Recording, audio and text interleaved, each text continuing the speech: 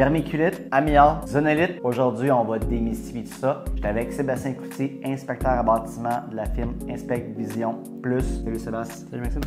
Vas-y, je te laisse de nous parler de tout ça. Donc en fait, la vermiculite, c'est assez simple. C'était un isolant qui était utilisé des années 70, 80, 90. La vermiculite, c'était de la roche qui prenait dans une carrière, faisait couper en petits morceaux et qui faisait cuire. Donc ça gonflait puis ça venait créer des poches d'air, ce qui faisait un isolant. Mais on s'est rendu compte avec les années qu'il y avait des carrières qui étaient contaminées avec de l'amiante. Donc Zonolite était une des compagnies qui est le plus connue finalement, une carrière qu'il y avait aux États-Unis. Donc la vermiculite était surtout utilisée dans les entretoits. Il y en a eu certains utilisés dans les murs, sous les planchers. Donc encore là, la seule façon de vérifier si on a de l'amiante dans la vermiculite, c'est vraiment de faire tester votre amiante. Donc, il va vous sortir un pourcentage de combien de fils d'amiante qui est présent. Et l'amiante, on sait que c'est dangereux pour la santé quand c'est volatile. Donc, les fils d'amiante, quand on la respire, viennent se coller sur les parois des poumons qui pouvaient créer de l'amiantose. Il faut se rappeler que la vermiculite en tant que telle, tant qu'on y touche pas, c'est pas dangereux. C'est vraiment quand c'est volatile, donc quand on la brasse, quand on fait des rénovations. C'est pour ça que c'est important de faire tester votre vermiculite. Merci Sébastien. Ça fait plaisir, merci. C'était excellent. Si vous avez la moindre question,